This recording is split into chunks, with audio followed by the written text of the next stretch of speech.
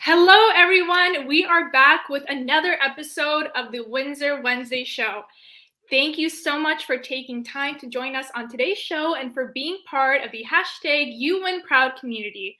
We have a very special guest on for today's show, so let's just dive right into it. Our guest on today's episode is Michael Naicker, author of the book African Sons. Mr. Naicker was born in South Africa. He grew up in Zululand, where he attended a farm, state-aided school in his native Kwambonambi. After the death of his father, the family were forced to relocate to Chatsworth, Durban, South Africa. He matriculated from Merebank High School in Durban, South Africa. The author's early education and teacher's training was at segregated institutions based on race classification only. Michael spent 21 years teaching in Cape Town, South Africa. He was a vice principal at the high school in Cape Town and is now currently employed as a vice principal in Windsor, Ontario, Canada. Mr. Naicker has been in education for more than 37 years and has lived in Windsor for the last 16. I just want to welcome Mr. Naicker. Thank you so much for joining me on today's episode. I just want to let the audience today know you can stream us, of course, on YouTube and Facebook today. If you have any questions during the interview with Mr. Naicker, you can leave it in the comments below and ask him for yourself. So let's just dive right into the first round of the Q&A. Well, congratulations, Mr. Naicker, on publishing this book. This is so exciting. But we all know the last couple of years were not easy because of the pandemic. And, it prompted many people to reflect on their life so far. Did the pandemic affect your decision to write down your life story from South Africa? Thank you, Susie, for interviewing me. Good afternoon to all your guests. Let me take the first question. It has been a lifelong dream to write a novel. The idea for a novel took seed in 1995 while I was reading for a master's degree in the UK. The pandemic really was difficult on all of us. But what it did was gave me the time to, think and reflect on my journey from Africa to America. It was not really the pandemic that made me write, but it created the space in time for me to sit and reflect and write my story. Truth be told, in fact, reaching my 60th birthday in April of 2021 was really the catalyst. You're getting on in age, and I needed to write my story. But the other motivating factor was that I told fellow colleagues about my dream and aspirations. In fact, Susie, your mother is my colleague. So in 2019, while sitting and doing our external graduation, we shared about our dreams and aspirations for travel. And then I said to her, I'm going to write a novel someday. So in March 2021, I sat down and started to write The Journey of African Sons. Now, the truth is that title has been in my head since 1995. Rough math, I think that's about 26 years. So you can say the book has been fermenting in my head for 26 years, and the pandemic gave me the impetus to start recording the journey from Africa to America. Wow. And while you were writing the process of your book, were you writing down on paper? Were you typing your life story out? Like, how was the process behind that? I think as an academic, I did some Google research. I went into Google and I found out how you write. I mean, writing a dissertation for any examination subject university is great, but writing a book, there are some rules, norms that you adhere to. So I went onto Google and I found out the rules of writing, the formatting, what's the font expectations, what you should do, how do you set your paging, which I did. It took me a while, but lots of YouTube movies. I formatted the book and I started writing. Wow. And the book tells the story of your family, which goes back all the way to the 1800s in hope of bettering their life. They decided to leave their life in poverty in India and move to South Africa. You yourself are an immigrant to Canada. I just want to know, how did your experience affect your perspective on life and the struggles of your immigrant ancestors? Okay, I'm the youngest of 9 children, more like 11, but some passed away along the way. The story of an indentured Indian to Africa is a painful story to tell. That alone is a novel in itself. Now, several stories have been written about the story of indentured laborers being taken from India to all parts of Africa and the Caribbean islands. I'm going to have to point out that they were not taken by force. They were asked to go to Africa for a better life. And given their own circumstance in India, people jumped at the opportunity. So the Indian diaspora, theirs was a struggle for survival in rural Africa. But the one thing my ancestors did was they ensured that we had a better life than they had in India. Every parent's dream, and I think even in Canada, is to want a better life for their own children. So as I grew up, I went to high school, segregated universities. I also started to look for a better life for myself. I took every opportunity to study and further my studies so I don't end up as an unskilled laborer as my forefathers and parents were. And so in my case, growing up in rural Zululand, I longed to travel.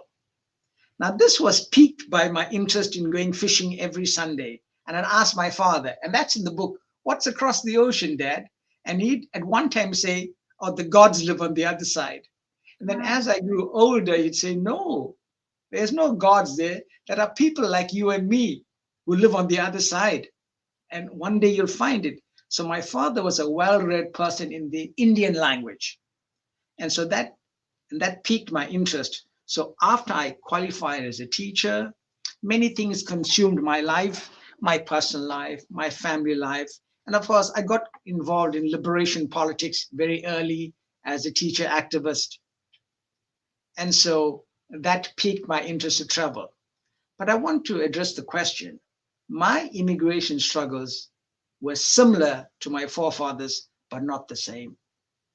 I came to Canada as a skilled professional worker with several degrees behind my name. Now, my grandparents, they toiled as laborers in the hot African sun with rudimentary facilities. In my case, and I think any immigrant to Canada will bear testimony, you faced a lot of red tape in coming to Canada. Now, Canada wants immigrants, but they don't make it easier for you to get into the country, especially if you're coming from certain countries. I won't go into that. Sure, Canada has rules, but because I speak the language of this country, it made it easier for me to navigate the immigration process. It made it easier for me to advocate for myself. And because I'm a little bit better off with my parents, I did the research. And, many people give up on immigration to Canada because it's a long and tedious process. But in my case, Susie, I took control of my destiny. Unlike my grandparents, they boarded a ship and didn't know where they were going to. I don't know if you know, the ship leaves India, it stops at Malaysia, then stops in different parts of Africa, ends up in South Africa. In my case, I wanted to come to Canada, and I can still use the airplanes to travel. My ancestors left India, went to Africa, and never set foot back in India. In my case, I've gone back home several times because I do enjoy the life in Canada, but every now and again, you yearn to go back home. You can take the boy out of Africa. You can't take Africa out of the boy. I also salute my ancestors who left India for a better life. They did their best to create a new home in a faraway land for themselves and us. Now, when you go and travel back to South Africa, what is it like for you now as you look back at your life before you moved to Canada? What are some of the differences in the day-to-day life of a South African now?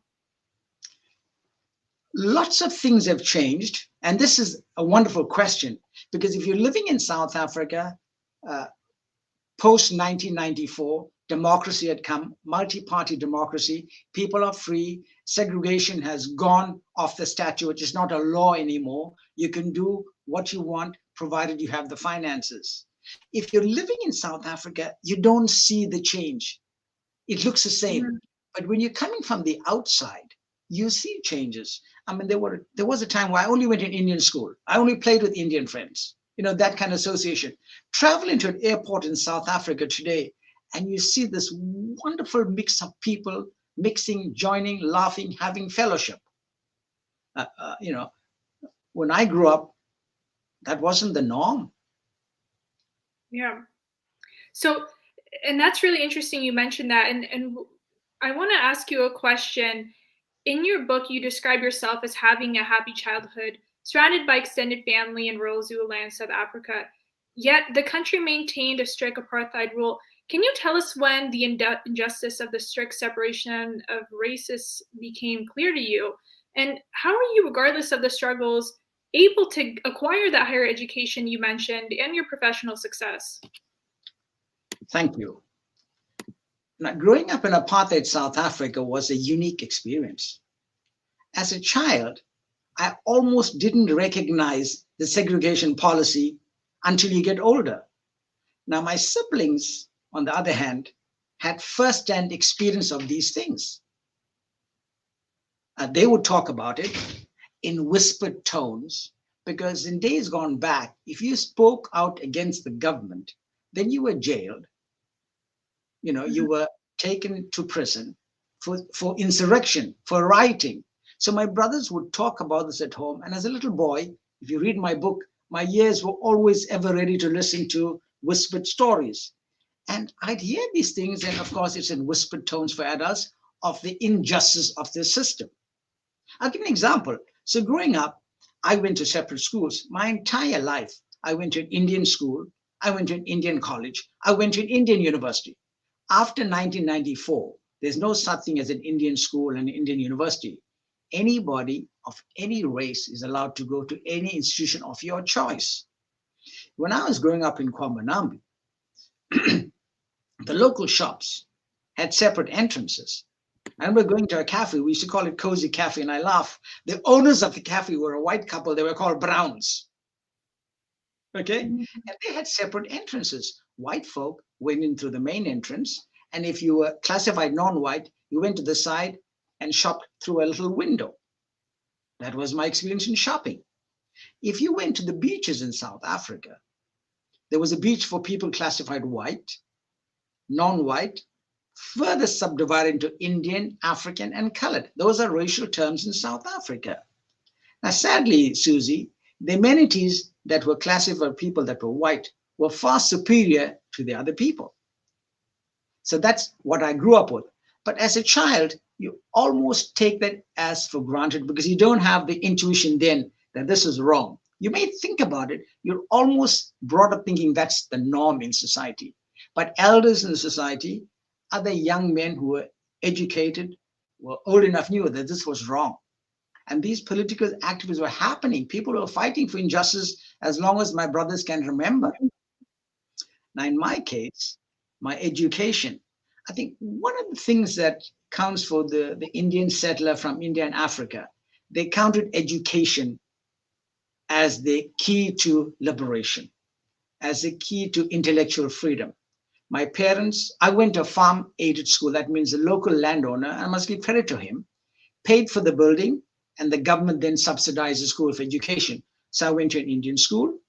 And when I finished high school, my father died before I finished elementary school. So we were forced to relocate to Durban, South Africa. I went to Indian high school, staying with my brother. By that time, compulsory education for all races was in place. There was a time where education was not compulsory for people of non-white race. So I went to an Indian high school. When I finished high school, I went to an Indian university, which I dropped out of because of various reasons, finance being one of them. I then worked for a while. I went to an Indian teachers training college on a bursary, which means free education. I then started teaching on that diploma. I paid for my first degree on my own, part-time studies. I paid for my second degree on my own. My third degree, I had the intelligence, but not the money. That's when I secured a scholarship to study for my master's at the University of Leeds in England. So it's also a bit of your own drive and luck, I guess. And I say this in my book, which is a little bit, not trying to be nasty. My father dying liberated me, because had my father not died, I might have ended up working in the same factory where all my other friends ended up working. And so that's the travesty and the injustice of the system that I grew up in.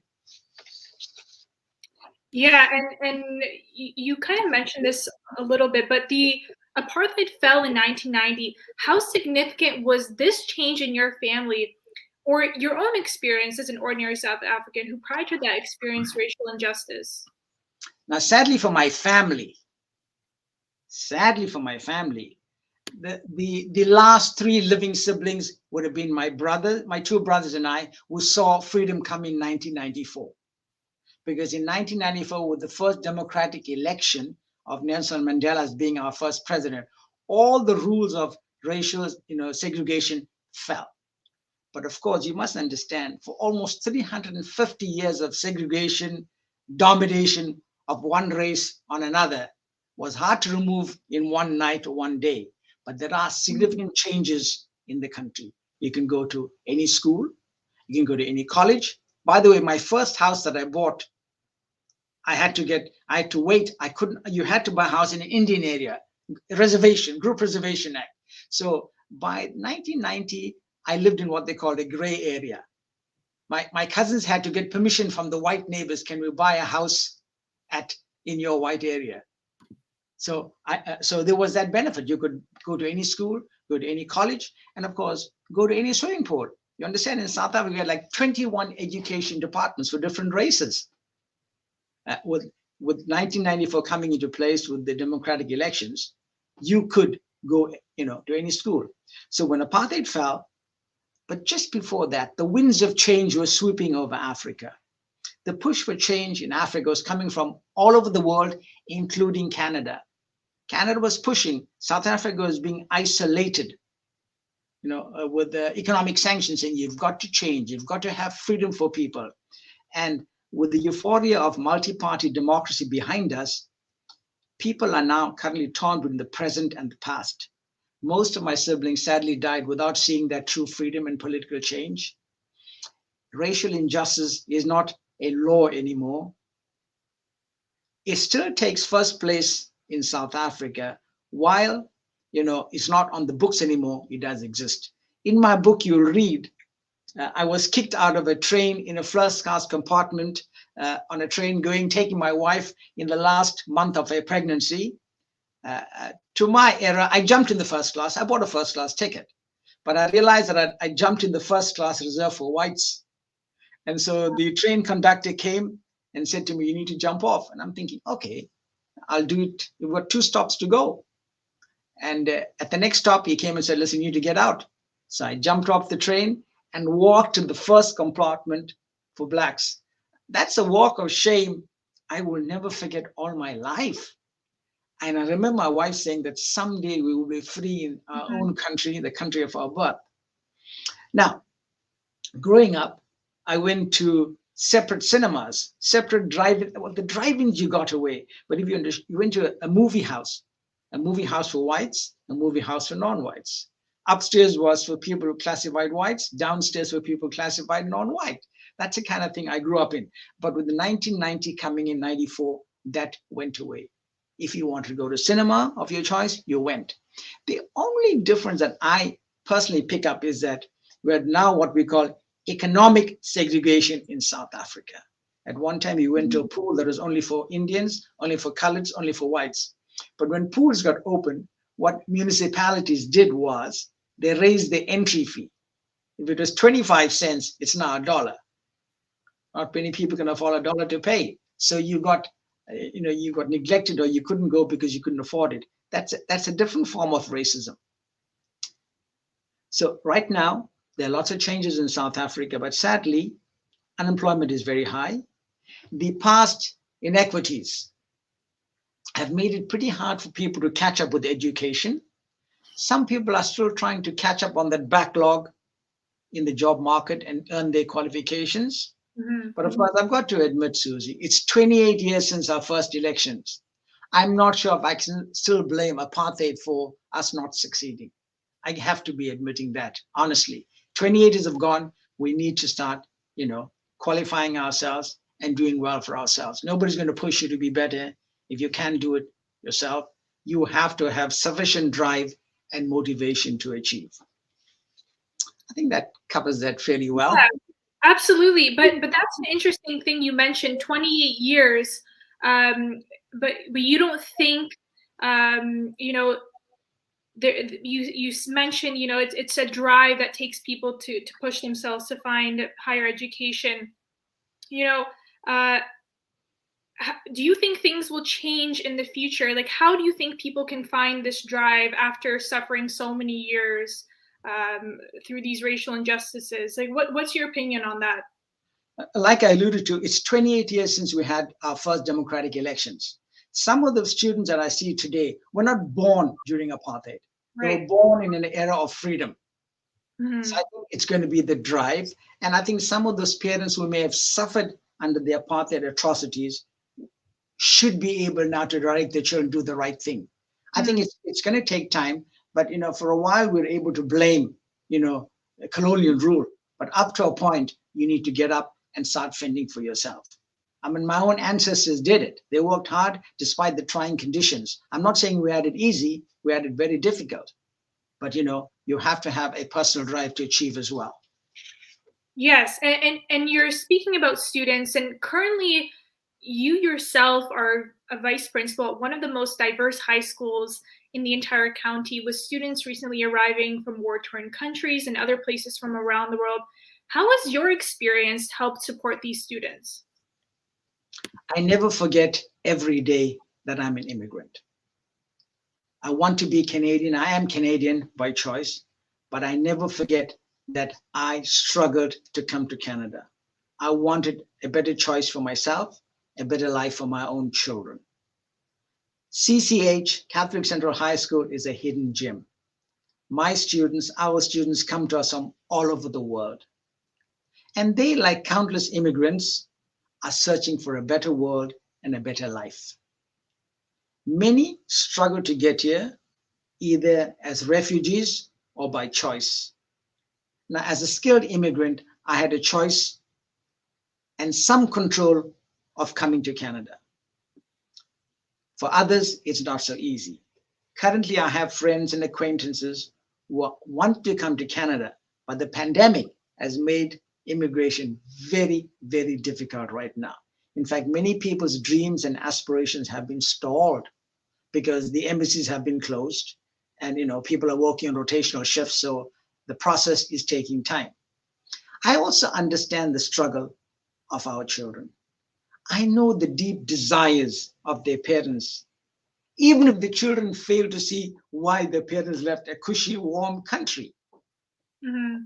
So quite often the students may not see the true value in what was a push or pull factor that resulted in their parents leaving the country, running away with just the clothes on their back. But I do want to say that the teachers at Catholic Central High School, they understand this desire and drive for success. Together, I hope and I know we are making a difference in the lives of these children. Our administration team will leave nothing to chance. We support as much as we can. These young people are driven. They're hungry for success. And so that's what I know about the immigrant psyche. They've left a country and they want to be successful. And as staff and as an immigrant myself, I want to be in the corner of these for these children. And I want to make my life and my contribution count in the educational experience of their lives. We have several support systems in place. We want them to succeed. My own life experiences demand that I give them this opportunity, that I create an opportunity for any immigrant to succeed. But of course, at the end of the day, they must want it more than I want it. Yeah, that's so beautifully put, and the incredible stories of the students at CCH are always ones that are warm to hear. But like you said, it's so important to understand their struggles and where they come from, and how we can better support each other. And just looking back, and I just want to ask you a couple of questions, Mr. Naicker. You spoke previously about, your opportunities to travel abroad when you were younger to gain a better education, and kind of speaking to other students who are interested in maybe going abroad and studying themselves, but are maybe not sure of kind of taking that leap of faith. What would you tell to those students who are interested in doing something like that? I read this somewhere, and I don't know who I'm quoting, but if you want to discover new lands, you've got to lose sight of the shoreline. Yeah.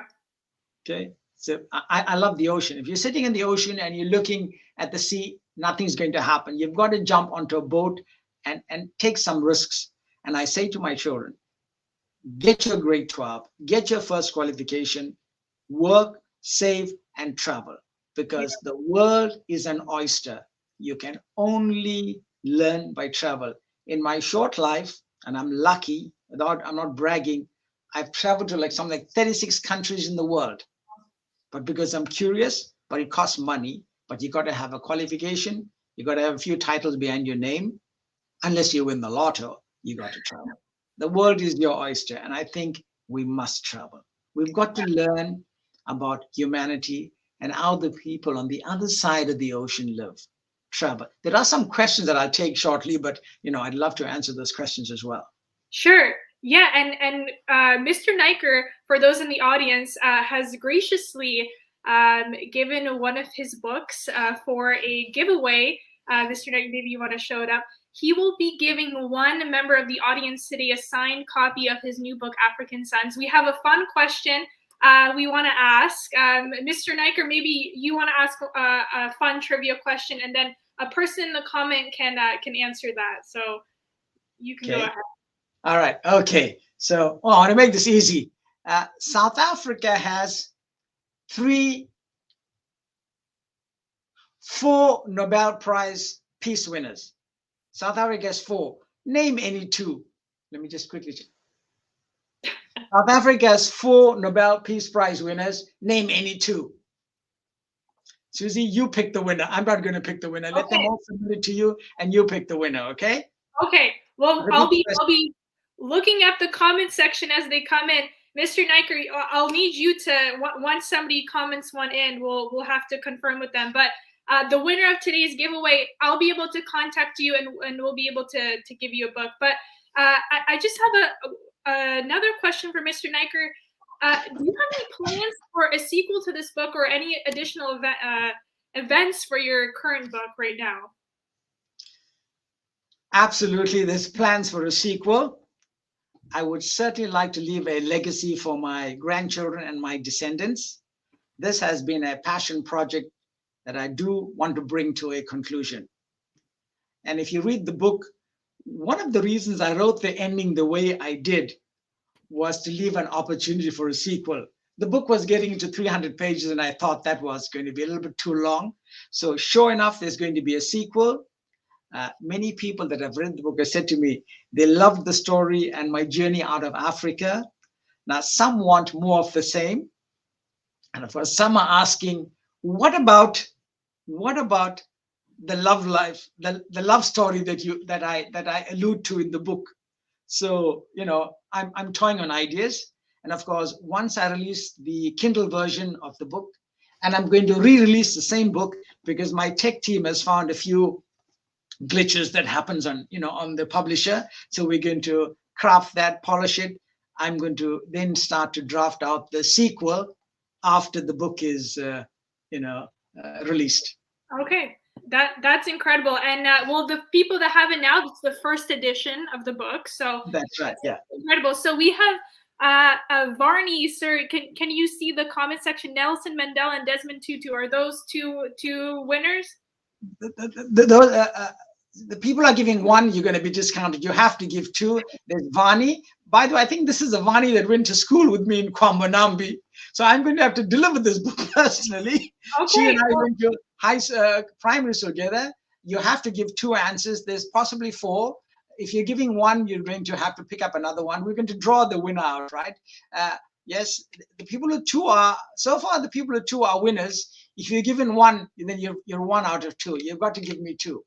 Okay, well, we So far, apparently people that already are in the running is Vani. Sadvik Khanna, you have one young man. You have to, is it young? You got to have two. Sadvik is given two. He's given two in two different tweets. Monique Dugal, yes, she is right, given two. Sadvik, you're given two. Jeremy is given two. So you can put them in your hat and draw. Okay. Well, we'll figure that out. So far, Varney was the first, so Varney will name you as the winner, and we'll be in contact with you to get your book delivered or contacted you to win your prize. So Varney is in South Africa. That's a high school friend. Okay. Well, you know, that's how it is sometimes. So You know what? okay. You know what? Let's be fair, Miss Susie. Let's pick a foreign winner and a Canadian winner. Okay. You'll draw those names on my hat. How's that? Okay. I'll keep the names down, and we'll be in contact with the winner. Let me. Yeah, Vani's our first winner, so I'm going to have to jump on a plane and take it to her. How about Sadik? Sadik named to Nelson Mandela, Frederick Willem de Klerk. Are those two? He's right. Winners? He's right. Yeah. Okay. Well, Can I give the answers now? yes. I think Nelson Mandela. The first was Chief Albert Luthuli, and my brother used to travel on a bus with him in a place called Stanger, which is strange. Nelson Mandela and F.W. de Klerk won it jointly, right? And so I met Nelson Mandela myself, and Archbishop Tutu is the next one. Wow. So that gives you the four. There you go. Well, Sadik, we will be in contact with you. You can message our Facebook page. You're on Facebook right now, so you can message either, or we'll be in contact with you through the Student Experience, and we'll get your information to mail you out your signed copy of Mr. Naicker's book. So congratulations to our winner. We're so thankful for Mr. Naicker for offering this. It's always nice when we're able to have that connection for the viewers as well. But well, I think we covered pretty much everything today. Thank you, Jeff from CCH. Big shout out to your family from CCH, Mr. Naicker. I know some of them are watching today and enjoyed today's interview. But I just want to thank Mr. Naicker again for coming on today's show, for offering that wonderful book for a giveaway, and for joining us on this beautiful Wednesday.